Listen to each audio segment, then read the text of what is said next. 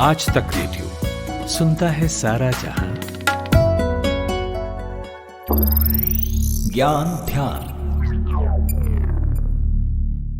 मौत तू एक कविता है, मुझसे एक कविता का वादा है, मिलेगी मुझको। डूबती नब्जों में जब दर्द को नींद आने लगे, जर्द सा चेहरा लिए जब चांद उफक तक पहुंचे। दिन अभी पानी में हो, रात किनारे के करीब, न अंधेरा न उजाला हो, ना भी रात न दिन। जिस्म की जब मौत हो, रूह को जब सांस आए, मुझसे एक कविता का वादा है, मिलेगी मुझको।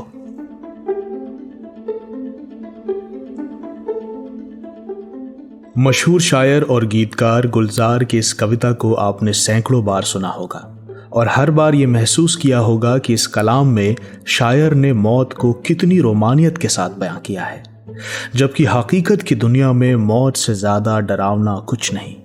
अपनी या किसी अपने की मौत के ख्याल भर से लोग सिहर उठते हैं, लेकिन एक परिवार ऐसा है जो मौत को किसी उत्सव की तरह मनाता है। मरने के बाद कब, कैसे, क्या होगा, इस सब की प्लानिंग होती है, इंतजामों की चेकलिस्ट बनती है और हद तो ये है कि उनका रिहर्सल भी होता है। और ये परिवार है ब्रिटेन का शाही परिवार। आज के ज्ञान ध्यान में बात होगी ब्रिटेन के रॉयल परिवार के अंतिम संस्कार के प्रोटोकॉल के बारे में।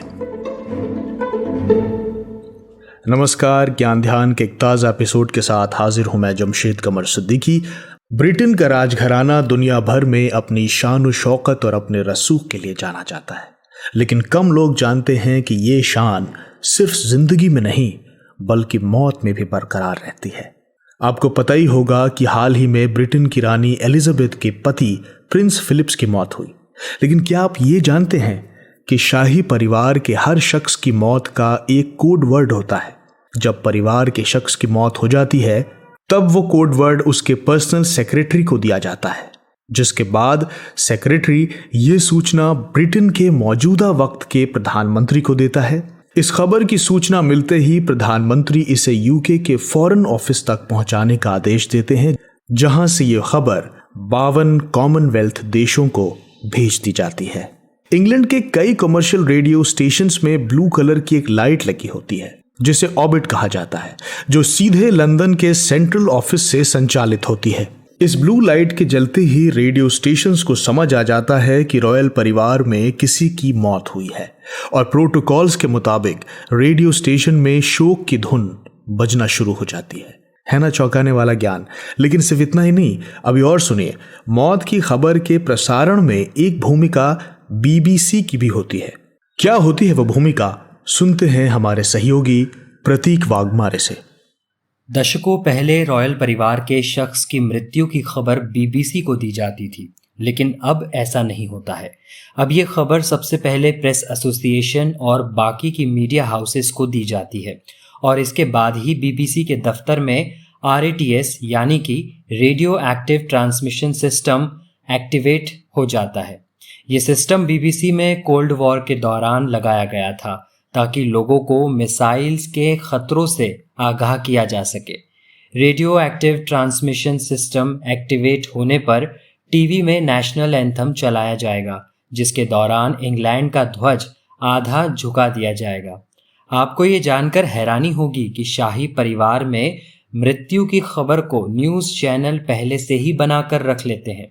उनके ऑफिस में बाकायदा एक चार्ट होता ही है जिसमें लिखा होता है कि इस शख्स के मरने के बाद कौन सी खबर लाइव जाएगी। बहुत से न्यूज़ चैनल्स ने तो रॉयल फैमिली एक्सपर्ट्स के साथ ये करार भी कर लिया है कि रॉयल फैमिली के शख्स की मृत्यु के बाद वह सबसे पहले उनके चैनल पर आएंगे।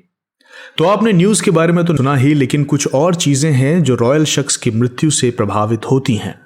रॉयल शख्स की मौत के बाद सारे कॉमेडी शोज ऑफ एयर कर दिए जाते हैं। हवाई जहाज के पायलट रॉयल शख्स की मौत की खबर अपने यात्रियों को देते हैं। पूरा लंदन तकरीबन बंद हो जाता है। साथ ही पार्लियामेंट की इमरजेंसी मीटिंग भी बुलाई जाती है। रॉयल शख्स के अंतिम संस्कार का पूरा खर्च ब्रिटेन की सरकार उठाती है और वो खर्च भारतीय रुपए के हिसाब से लाखों और करोड़ों में नहीं बल्कि खरबों में आता है। तो ये थी इंग्लैंड के रॉयल शख्स के अंतिम संस्कार से जुड़े प्रोटोकॉल्स की दिलचस्प जानकारियां। हमें उम्मीद है कि ज्ञान ध्यान के इस एपिसोड से इस विषय पर आपकी समझ जरूर बढ़ी होगी। कोई और विषय हो जिस पर आप ज्ञान ध्यान चाहते हो तो हमें जरूर लिखिए।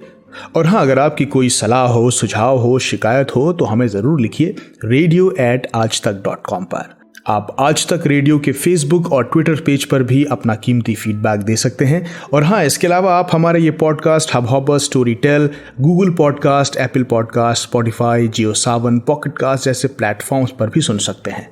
तो मुझे यानी जमशेद कमर सिद्दीकी को दीजिए इजाजत और सुनते रहिए आज तक रेडियो। नमस्कार।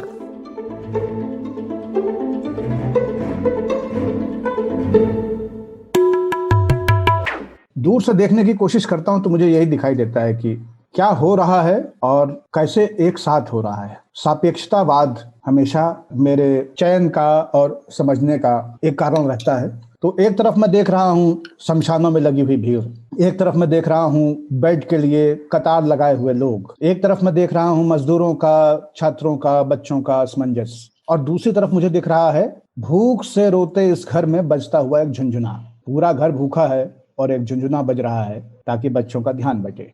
ये बहुत अच्छा है। लेकिन जैसे अमानुतुल्लाह खान ने अभी हाल में कहा था कि वो जो नरसिंहानंद है उनका सिर काट देना चाहिए, लेकिन संविधान इसकी इजाजत नहीं देता, इसलिए पुलिस कार्रवाई करे। हाँ, ये अमरोहे के थे ना जॉन?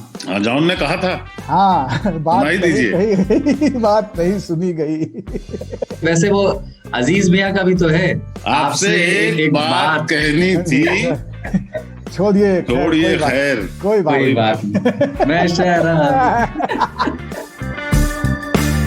3 रंगों के 3 किरदार, ताऊ, बाबा और मैं यानी सरदार।